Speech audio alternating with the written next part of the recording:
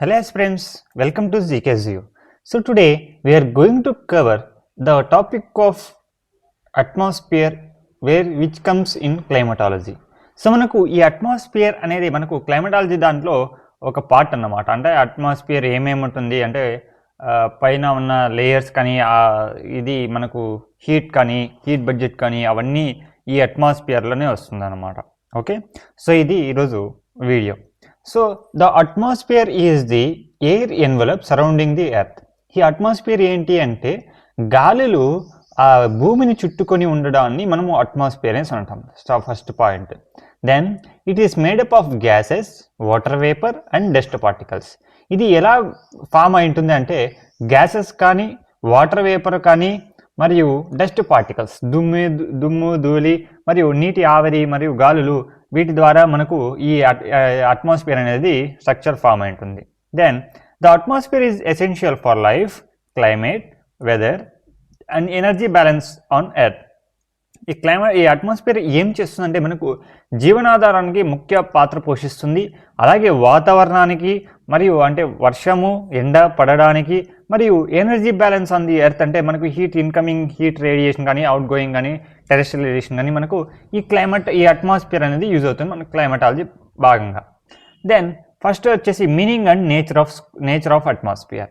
Atmosphere యొక్క meaning ఏంటి, దాని యొక్క నేచర్ ఏంటి అనేసి మనము ఇప్పుడు చూస్తే atmosphere is the mixture of gases that surrounds the earth like A blanket. Atmosphere ఏముంది అంటే మిక్స్చర్ ఆఫ్ గ్యాసెస్. లైక్ మిక్స్చర్లో ఏమేమి ఉంటుంది మనకు కారాలు, బూందీ, అవి మనకు శనగపప్పులు, శనగింజలు అట్లాంటి పల్లీలు అవన్నీ ఉంటుందండి. అలానే ఇక్కడ gases mixture and different gases mix అయ్యేసి ఎర్త్ చుట్టుపక్కల దాన్ని బ్లాంకెట్ దుప్పటిలాగా మనకు ఈ అట్మాస్ఫియర్ అనేది కాపాడడం జరుగుతుంది, అట్మాస్ఫియర్ అనేది ఉండడం జరుగుతుంది. Okay, it is held closely to earth by gravity. మనకు భూ ఆకర్షణ శక్తి ద్వారా మనకు ఎర్త్కి చాలా క్లోజ్గా ఉంటుంది. ఓకే, అదొకటి. It protects earth from harmful rays and maintain temperature suitable for life. Harmful rays ఏంటి కామెంట్స్ రూపంలో తెలియజేయండి. హార్మ్ఫుల్ రేస్ ఏంటి అంటే మనకి యూవీ రేస్ కానీ గామా అవి ఉన్నాయి కదా, అల్ట్రావైలెట్ రేస్ అవన్నీ, ఇంకా ఓజోన్ డిప్లీషన్ అయినప్పుడు అవి ఫాలో అవడం జరుగుతుంది. సో దాన్ని ప్రొటెక్ట్ చేస్తూ టెంపరేచర్ని మెయింటైన్ చేయడానికి ఈ యొక్క అట్మాస్ఫియర్ అనేది యూజ్ అవుతుంది. అంటే ఆల్రెడీ చెప్పినట్టు మన బ్లాంకెట్ ఏం చేస్తుంది, హీట్ని బయటకు అంటే పోనివ్వకుండా బయట ఉన్న కోల్డ్ని లోపలికి రానివ్వకుండా మనకి జనరల్గా బ్లాంకెట్ యూజ్ అవుతుంది. అలాగే ఇక్కడ యూజ్ అవుతుంది. The atmosphere is dynamic and which is always moving and changing. అంటే స్టాండర్డ్ ఉండదు అనమాట, no standard. Okay, fluctuating. So ఇది ముఖ్యంగా. సో ఇక్కడ చూస్తే ఇది అట్మాస్ఫియర్ యొక్క డయాగ్రామ్. ఇక్కడ అర్త్ సర్ఫేస్, ఇది అర్త్ అనుకుంటే లైక్ ఇక్కడ చూస్తే ఇదంతా అట్మాస్ఫియర్ అనమాట. మనకు బ్లాంకెట్ లాగా మనకు ఫామ్ అవుతుంది. సో ఇక్కడ ఫస్ట్ లేయర్ వచ్చేసి ట్రోపోస్ఫియర్, స్ట్రాటోస్ఫియర్, మీసోస్ఫియర్, థర్మోస్ఫియర్ అండ్ ఎగ్జోస్ఫియర్. 1, 2, 3, 4, 5 ముఖ్యంగా 5 లేయర్స్. ఇందులో ఎగ్జామ్ పాయింట్ ఆఫ్ వ్యూలో ఈ 4 layers very very important. Okay, ozone layer ఏ స్పియర్లో ఉంటుంది, ఓకే స్ట్రాటోస్ఫియర్లో ఉంటుంది. Then importance and functions of atmosphere. దాని యొక్క ప్రాముఖ్యత ఏంటి, దాని యొక్క ఫంక్షన్స్ ఏంటి, విధులు ఏంటి అనేది మనం ఇప్పుడు చూస్తే the atmosphere is important because it supports life. అప్పుడే చెప్పినట్లుగా మనకు అది లైఫ్ని సపోర్ట్ చేస్తుంది. ఎలా, provides oxygen for humans and animals. మనం ఆక్సిజన్ లేకపోతే మనం బతకలేము, జీవరాశులు అసలు ఉండలేవు. Provides carbon dioxide for plants. Carbon dioxide ప్లాంట్స్కి ఇవ్వడం జరుగుతుంది. Then protection from sun's radiation. అదేంటి అంటే రేడియేషన్ మనకు ozone layer absorbs harmful UV rays. అప్పుడే చెప్పినట్లు యూవీ రేస్, అల్ట్రావైలెట్ రేస్ని మనకు ఈ ఓజోన్ లేయర్ అనేది అబ్జర్వ్ చేసుకుంటే అది స్ట్రాటోస్ఫియర్లో ఉంటుంది, second layer. Then controls earth's temperature. So ఇది టెంపరేచర్ని బ్యాలెన్స్ చేస్తుంది. Without the atmosphere earth would extremely hot during day and freezing at night. ఇప్పుడు మన పోలార్ ఏరియాస్లో చూస్తే 6 months కోల్డ్, 6 months హాట్ ఉంటుంది. అంటే most of the percent freezing ఉంటుంది. అలా మనకు ఈ అస్సలు తట్టుకోలేము అనమాట. ఎంత బిల్డింగ్, ఎంత ఏసీలు పెట్టుకున్నా కూడా హార్మ్ఫుల్ రేస్ అన్ని పడి మనకు ఎర్త్ని డ్యామేజ్ చేయడం జరుగుతుంది. అట్లే హ్యూమన్ బీయింగ్స్ లైఫ్ని డ్యామేజ్ అవుతాం జరుగుతుంది. Then 4th one weather and climate. So weather and climate ఏంటి, winds, clouds, rainfall, storms, monsoon happen only because of the atmosphere. గాలులు, మేఘాలు, వర్షాలు మళ్ళీ ఉరుములు, మెరుపులు మరియు ఋతుపవనాలు మనకు ఈ అట్మాస్ఫియర్ ద్వారానే వస్తుంది. Then energy regulation, incoming solar radiation that is insolation, అంటే మనకు పైనుంచి రావడాన్ని ఇన్సోలేషన్ అంటాం. ఈజ్ ఫిల్టర్డ్, అట్మాస్ఫియర్ ఫిల్టర్ చేస్తుంది. ఏ scattered, absorbed and controls heat బడ్జెట్ని కంట్రోల్ చేస్తూ, అంటే ఇంత అమౌంట్ బడ్జెట్ అంటే ఏంటి, బ్యాలెన్సింగ్, అలా దాన్ని మనకు ఆ గ్యాసెస్ని ఇది టెంపరేచర్ని కంట్రోల్ చేస్తుంది. Then composition of atmosphere, composition అట్మాస్ఫియర్లో ఏమేమి ఉంటుంది అని చూస్తే atmosphere contains gases, water vapour and dust particles. మనకు ఈ గ్యాసెస్ కానీ, నీటి ఆవిరి కానీ మరియు దుమ్ము, ధూళి అవన్నీ మనకు అట్మాస్ఫియర్లో ఉంటుంది. మేజర్ గ్యాసెస్, ముఖ్యంగా మేజర్ గ్యాసెస్ ఏంటి, 80 కిలోమీటర్స్ లోపల చూస్తే, ఇప్పుడు ఎర్త్ అనుకుంటే ఇది 80 కిలోమీటర్స్ అనుకుంటే, ఏది చూస్తే మెయిన్గా nitrogen, oxygen, organ, carbon dioxide, ozone and other gases. ముఖ్యంగా వీటి పర్సన్ని గుర్తుంచుకోవాల్సి ఉంటుంది. ఓకే, కొన్ని కాంపిటేటివ్ ఎగ్జామ్స్లో మరీ డెప్త్గా అడుగుతాడు, అందుకోసం మీరు ఈ కాంపోజిషన్ని గుర్తుంచుకోవాలి. సో నైట్రోజన్ ఎంత పర్సెంట్ ఉంది, 78%, oxygen 21%, organ 0.93%, that is inert gas, carbon dioxide 0.03%, ozone 0.0005% and other gases. ముఖ్యంగా ఏం కీ రోల్ ప్లే చేస్తుంది, 78% అనేది నైట్రోజన్. ఇక్కడ పర్సెంట్ ఆఫ్ వాల్యూమ్ ఇంపార్టెన్స్, అంటే దాని యొక్క ఇంపార్టెన్స్ ఏంటి అంటే, నైట్రోజన్ ఏం చేస్తుంది, మెయింటైన్స్ అట్మాస్ఫియరిక్ స్టెబిలిటీ, స్థిరత్వం. యూజ్డ్ బై ప్లాంట్స్ ఇండైరెక్ట్గా ప్లాంట్స్ అంటే రూట్స్ ద్వారా కానీ ఇది బ్యాక్టీరియల్ కానీ మనకు ఈ నైట్రోజన్ అనేది ఫిక్సేషన్ జరుగుతుంది. Then oxygen, essential for breathing and burning, మనకు శ్వాస పీల్చుకోవడానికి మరియు ఏమైనా మంట నిప్పు పెట్టాలి అంటే మనకు ఆక్సిజన్ అనేది ఇంపార్టెంట్ అనమాట. Then argon, no major role, then carbon dioxide, absorbs heat, green house effect, photosynthesis. Carbon dioxide ఏం చేస్తుంది, హీట్ని అబ్జర్వ్ చేస్తుంది. దెన్ గ్రీన్ హౌస్ ఎఫెక్ట్ని కంట్రోల్ చేస్తుంది. దెన్ ఫోటోసింథసిస్, ప్లాంట్స్కి ఫోటోసింథసిస్ ఇంపార్టెంట్ కాబట్టి ఫుడ్ ప్రిపరేషన్లో, so carbon dioxide important. Then ozone, protects from ultraviolet rays present in stratosphere. అప్పుడే చెప్పినట్లు సెకండ్ లేయర్ అన్నమాట స్ట్రాటోస్ఫియర్లో మనకు ఉండడం జరుగుతుంది. అదర్ గ్యాసెస్ ఏంటి, neon, helium, methane, krypton, hydrogen, very thin amounts, అంటే చాలా తక్కువ అమౌంట్స్ క్వాంటిటీలో ఉంటుంది మనకు ఈ other gases.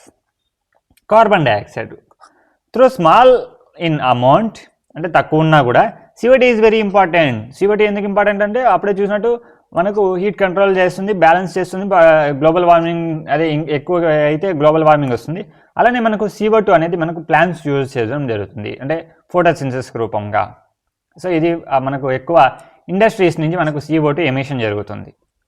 Then ozone found mainly between 10 to 50 kilometre, that is stratosphere, అంటే స్ట్రాటోస్ఫియర్లో మనకు ఈ ఓజోన్ ఉండడం జరుగుతుంది. Absorbs ultraviolet radiation, UV radiation మనకు ఈ ఓజోన్ అనేది మనకు అబ్జర్వ్ చేసుకుంటుంది, అంటే మనకు ట్రోపోస్ఫియర్ కూడా లోపలికి రాకుండా. Then protects living organisms from skin cancer, blindness, genetic damage.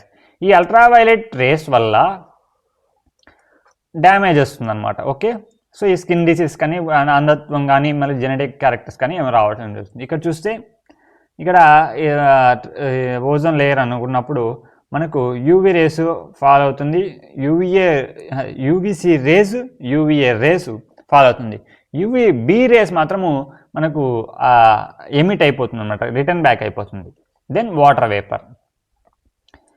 Vapour అంటే నీటి ఆవిరి, varies from 4% in equatorial regions and lesser than 1% in desert and polar regions. మనకు ఈ ఈక్వేటర్ రీజియన్స్ ఎందుకంటే మనకు హాట్ అండ్ వార్మ్ క్లైమేట్ ఎక్కువ ఉంటుంది కాబట్టి మనకు అక్కడ ఆవిరి శాతం ఎక్కువ ఉంటుంది, దానివల్ల మనకు మేఘాలు ఫామ్ అయ్యి వర్షం పడుతుంది.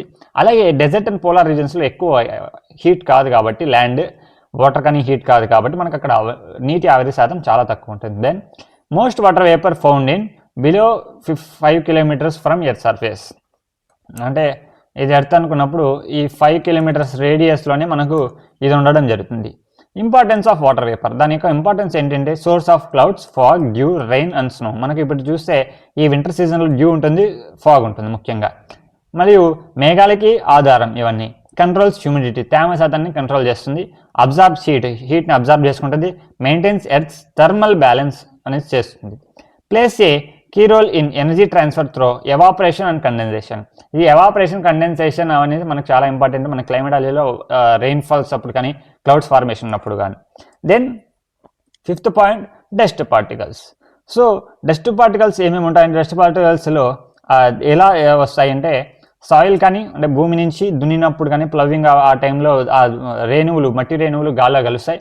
యాష్ బూడిద, స్మోక్ పొగ, సీ సాల్ట్ అంటే మనకు ఈ వీటి ఉంటాయి కదండి వాటిని ఏమంటారు రేవులు, ఓడ రేవులు కానీ లేకపోతే మరియు ఈ బీచెస్లో మనం అబ్జర్వ్ చేస్తే ఈవినింగ్ అలా ఇప్పుడు వైజాగ్ అలా చూసారనుకోండి మనకు అక్కడ గాలితో పాటు చిన్న చిన్న వైట్ క్రిస్టల్గా కనిపిస్తుంది, అంటే దుమ్ము ధూళి కనిపిస్తుంది. అదేంటంటే ఆ సాల్ట్ కంటెంట్ వాటర్లో కలిసి మనకు మూమెంట్ ఉంటుంది అన్నమాట. అంటే టినీ డ్రాప్లెట్స్గా వాటర్తో కలిసి మనకు దుమ్ము ధూళిలాగా మనకు గాలిలా కనిపిస్తుంది. మీరు ఎప్పుడైనా వైజాగ్ బీచ్ వెళ్ళినప్పుడు చూడండి, ఇది కన్ఫామ్గా మీకు కనిపిస్తుంది. దెన్ పొల్లెన్స్, పుప్పొడి అంటే పువ్వు నుంచి వచ్చేది పుప్పొడి అనమాట, అది pollens. Then volcanic eruptions, volcanic erupt అయినప్పుడు దాని యొక్క యాషెస్ కానీ లావా కానీ కొంచెం సొలిడిఫై అయిన తర్వాత గడ్డగట్టి దానికి పౌడర్స్ విండుతో రియాక్ట్ అయ్యి మనకు పౌడర్ రూపంలో రావడం జరుగుతుంది. దెన్ మిటియర్స్, భూమి నుంచి పైనుంచి భూమికి పడేటప్పుడు మిటియర్స్ అవి కొన్ని డిస్ట్రాక్షన్స్ కాజ్ చేస్తాయి. Okay, so then importance, help in scattering sunlight, that is అదే మనకు ఈ డస్ట్ పార్టికల్స్ అవన్నీ ఏం చేస్తుందంటే మనకు బ్లూగా కనిపించడానికి రీజన్ ఏంటంటే ఆ డస్ట్ పార్టికల్స్లో ఆ సన్లైట్ ఏమిటి రిఫ్రాక్షన్ చెంది మనకు బ్లూ కలర్లో కనిపిస్తుంది. Actually sunlight is white, sky is also white. Okay, there is no change, but మనకు బ్లూగా కనిపిస్తుంది ఎందుకంటే ఈ డస్ట్ పార్టికల్స్ వల్ల. Then help in cloud formation, అంటే ఈ క్లౌడ్ ఫార్మేషన్ రూపం ద్వారా మనకు ఈ వాటిని ఏమంటారు మనకు మేఘాలు ఫామ్ అవుతాయి అన్నమాట దుమ్ము ధూళి వల్ల.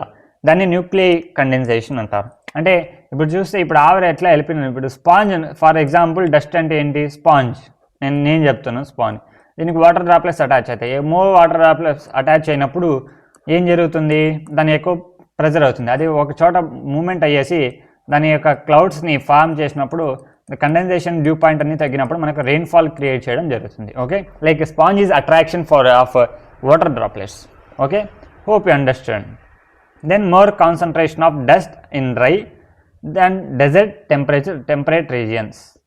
సో మనకు ఈ డెజర్ట్లో డ్రై సీజన్లో ఎక్కువ మనకు ఈ డస్ట్ అనేది ఫామ్ అవుతుంది, అది ముఖ్యంగా విషయం. So then structure of atmosphere, సింపుల్గా చెప్తాను. స్ట్రక్చర్ ఆఫ్ అంటే ఏమేమి ఉంటుంది, ట్రోపోస్ఫియర్ అంటే వెదర్ జోన్ ఉంటుంది, ఇక్కడ మనకు వెదర్ ఫినామినా అనేసి అన్నీ ఉంటుంది, క్లౌడ్ కానీ రెయిన్ఫాల్ కానీ అన్నీ రావడం జరుగుతుంది. దెన్ స్ట్రాటోస్ఫియర్ వచ్చి ముఖ్యంగా ఓజోన్ లేయర్. దెన్ మీసోస్ఫియర్ చాలా కోల్డెస్ట్ ఉంటుంది. థర్మోస్ఫియర్ అరోరాస్ మనకు నార్థన్ హెమిస్ఫియర్ కానీ సదర్న్ హెమిస్ఫియర్ చూసినప్పుడు మనకు స్కై డిఫరెంట్ లైటింగ్లో ఉంటుంది, అది నార్థన్ బొరియాలిస్ అవన్నీ అంటారు. దాన్ని ఇంకా డెప్త్గా మళ్ళీ తర్వాత వెళ్దాం. ఎగ్జోస్ఫియర్ వచ్చేసి అవుటర్ మోస్ట్ లేయర్. ఇక్కడ చూస్తే స్ట్రక్చర్ ఆఫ్ అట్మాస్ఫియర్ వచ్చేసి ఎర్త్ సర్ఫేస్ ఫస్ట్ వచ్చి below up to 20 kilometres troposphere, up to 50 stratosphere, up to 85 mesosphere, up to 690 troposphere, not troposphere, thermosphere, it's thermosphere, sorry, thermo. Okay, up to 1000 kilometers above ఇంకా ఎక్కువ ఉండేది ఎగ్జోస్ఫియర్. Okay, so ఇవి ముఖ్యంగా మనకు స్ట్రాటోస్ఫియర్లో important ఏంటి, ozone layer. అక్కడే మనకు helicopter కానీ ఏరోప్లేన్స్ కానీ మనకు అక్కడ మూమెంట్ ఉండడం జరుగుతుంది. దెన్ కీ పాయింట్స్ ఏమేమి అంటే ముఖ్యంగా చూస్తే atmosphere is held by earth's gravity, గురుత్వాకర్షణ శక్తి వల్ల మనకు అట్మాస్ఫియర్ అనేది ఉండడం జరుగుతుంది. Bulk of atmosphere masses is within 5 to 10 kilometres from the surface. So ఇక్కడ నుంచి 5 to 10 కిలోమీటర్స్ లోపల మనకు ఎక్కువ అట్మాస్ఫియర్ కండిషన్స్ అన్నీ చూడొచ్చు, లైక్ వెదర్ ఫినామినా కానీ క్లౌడ్ కండిషన్స్ కానీ అన్నీ చూడొచ్చు. Then nitrogen is 78%, oxygen 21%, CO2 0.03%, argon 0.93%. Ozone is O3 not O2, అంటే 3 ఆక్సిజన్ మాలిక్యూల్స్ ఉండేదాన్ని మనము ఓజోన్ అంటాం, 2 ఉండేదాన్ని 3 ఆక్సిజన్ మాలిక్యూల్స్ ఉండేదాన్ని ఓజోన్ అంటాం. Okay, water vapour decreases with altitude, అంటే పైకి వెళ్తున్న కొద్దికి మనకు వాటర్ వేపర్ డిక్రీజ్ అయిపోతుంది. Sky is blue due to scattering of sunlight by dust particles వల్ల మనకు సన్లైట్ స్కాటర్ అయ్యేసి మనకు బ్లూ కలర్లో ఫామ్ అవడం కనిపించడం జరుగుతుంది. CO2 is responsible for green house effect. CO2 ఎందుకు గ్రీన్ హౌస్ ఎఫెక్ట్కి దారి తీస్తుంది. Then ozone absorbs UVB rays and UVC rays. Ozone layer UVB rays C rays attract చేసుకుంటారు, అబ్జర్వ్ చేసుకుంటారు మనకి ఎర్త్కి ఇవ్వకుండా. ఓకే, సో ఇది ముఖ్యంగా మనకు ఈ యొక్క అట్మాస్ఫియర్ అంటే ఏంటి, దాని యొక్క ఉన్న key points. Okay, hope you understand. మీకు ఏమైనా డౌట్స్ కానీ వీడియోస్ కానీ కావాలంటే మనకి కామెంట్స్ రూపంలో డెఫినెట్లీ తెలియచేయండి. మీ ఇతర ఫ్రెండ్స్కి ఆస్పిరెంట్స్కి షేర్ చేస్తే బాగుంటుంది. ఓకే, సో ఇది మనం యాక్చువల్గా కంటిన్యూషన్ లేదు because due to some personal works. Hope you understand. Thank you. Have a nice day.